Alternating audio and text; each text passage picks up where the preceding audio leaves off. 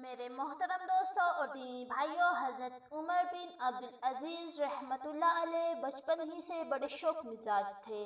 آپ خود فرمایا کرتے تھے، میں بلند سے بلند مرتبے کش مشتاق رہتا ہوں۔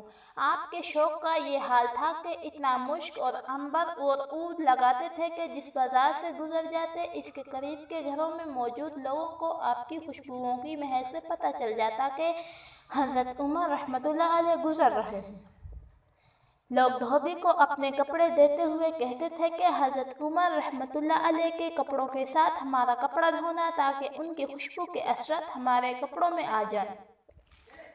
اور اللہ تعالیٰ نے آپ کو حسن بھی ایسا دیا تھا کہ جو آپ کے چہرے کی طرف نگاہ کر لیتا وہ دیکھتا ہی رہتا، اور آپ کی چال بھی ایسی دل نشین تھی جو دیکھتا وہ دنگ رہ جاتا۔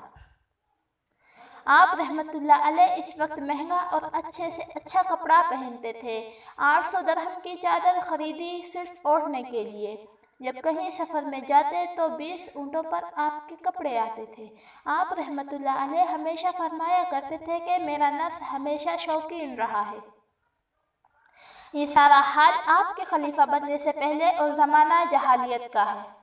پھر اللہ تعالیٰ نے آپ کو ہدایت کی دولت سے نوازا۔ جب خلیفہ سلمان بن عبد الملک کے انتقال کا وقت آیا تو راجہ بن حیوہ نے ان سے کہا، ارے سلمان، مرنے سے پہلے ایسا کام کر جس سے تیری آخرت بن جائے۔ اس نے کہا، کیا کروں؟ تو راجہ بن حیوہ نے کہا، خلافت کے لیے کسی اچھے انسان کو چننا۔ حالانکہ سلمان کے اپنے بیٹے بھی تھے۔ اس نے کہا، ایسا کام کر جاؤں گا جس میں میرے نفس اور شیطان کا کوئی حصہ نہیں ہوگا۔ کہا، لکھو، میں عمر بن عبدالعزیز کو خلیفہ بناتا ہوں۔ پھر جب حضرت عمر رحمۃ اللہ علیہ کو خلافت ملی تو اپنے بیوی کے پاس آئے اور کہا، کیا خیال ہے کیوں نہ ہم اپنی اپنی جنت کمائیں؟ اور کہا، اب میں تو جنت کا مشتاق ہوں، تو بیوی نے کہا، میں بھی آپ کے ساتھ ہوں۔ حضرت عمر بن عبدالعزیز کی بیوی کا نام فاطمہ تھا اور اسے اللہ نے ایسا حسن دیا تھا کہ پورے عرب میں اس کی کوئی مثال نہ ملتی تھی۔ یہ وہ خواتین ہیں، اس جیسی عورت شاید ہی دنیا میں آئی ہو، کیوں نہ کہ یہ خاتون باصفا 7 نسبتوں سے بادشاہوں کی عزیزہ تھی۔ اس کا دادا بادشاہ، اس کا باپ بادشاہ، اس کے 6 بھائی بادشاہ تھے اور خود حضرت عمر بن عبدالعزیز رحمۃ اللہ علیہ بھی خلیفہ تھے۔ پھر ان دونوں میاں بیوی نے محبت الہی میں اپنے سارے عیش و عشرت کے سامان کو اللہ کے راستے میں لٹا دیا اور زاہد کو اختیار کیا۔ ایک مرتبہ ایک تاجر آپ کی خدمت میں 8 درہم کا ایک کمبل لے کر آیا۔ آپ نے اسے پسند کیا اور ہاتھ میں لے کر فرمایا، بڑا نرم ہے۔ یہ سن کر وہ صاحب بے ساختہ ہنسنے لگے۔ آپ نے فرمایا، عجیب آدمی ہو، بلا وجہ ہنستے ہو۔ وہ صاحب کہنے لگے، جی احمق میں نہیں ہوں، دراصل مجھے یاد آیا ہے کہ ایک بار جب کہ آپ گورنر تھے، آپ نے مجھے فرمایا تھا کہ میں آپ کے لیے ایک عمدہ قسم کی گرم چادر خرید کر لاؤں۔ میں نے 800 کی چادر خرید کر پیش کی تو آپ نے اس پر ہاتھ رکھتے ہی فرما دیا تھا، بڑی کمزور قسم کی اٹھا لائے۔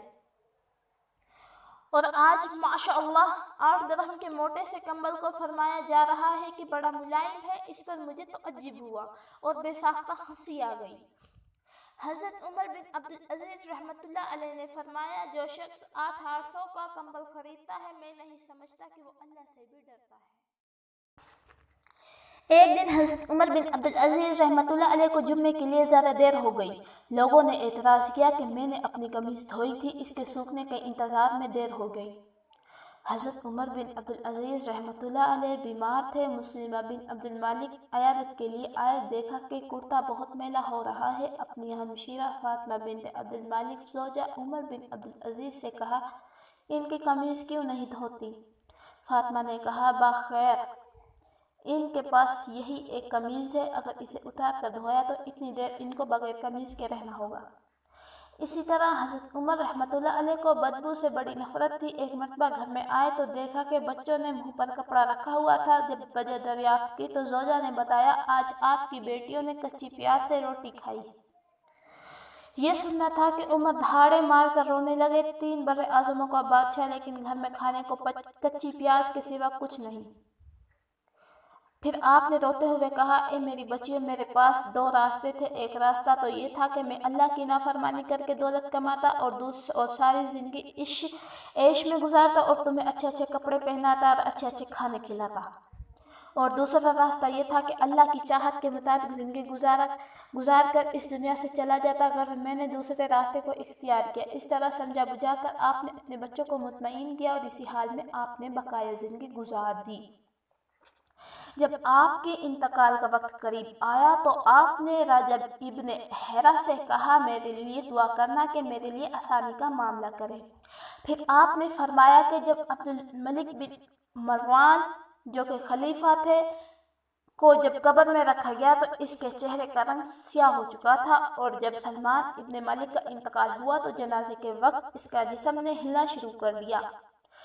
لوگوں نے کہا شاید زندہ ہو گیا ہے، تو میں نے اس کو جلدی دفنا دیا کیوں نہ کہ اس پر مرنے سے پہلے ہی اللہ کا عذاب آ چکا ہے۔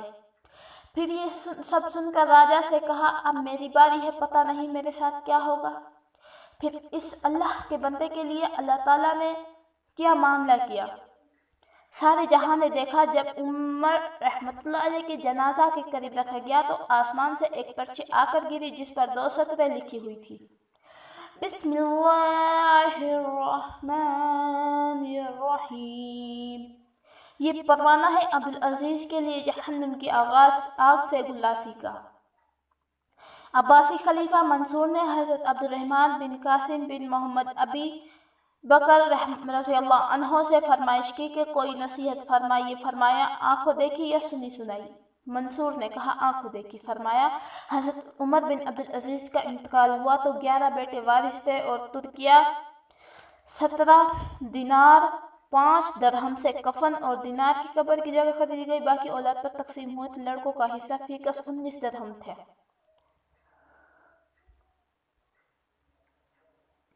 اور حشام عبد الملک کا انتقال ہوا، اس کا ترکیہ اس کی اولاد پر تقسیم ہوا تو ایک ایک کو 10 لاکھ ملا۔ میں نے اپنی آنکھوں سے حضرت عمر رحمۃ اللہ علیہ کی اولاد میں سے ایک شخص کو دیکھا کہ اس نے ایک دن میں 100 گھوڑوں کا جہاد فی سبیل اللہ میں عطیہ دیا، اور انہی آنکھوں سے حشام کی اولاد میں سے ایک شخص کو دیکھا کہ لوگ اس بیچارے کو صدقہ دے رہے تھے۔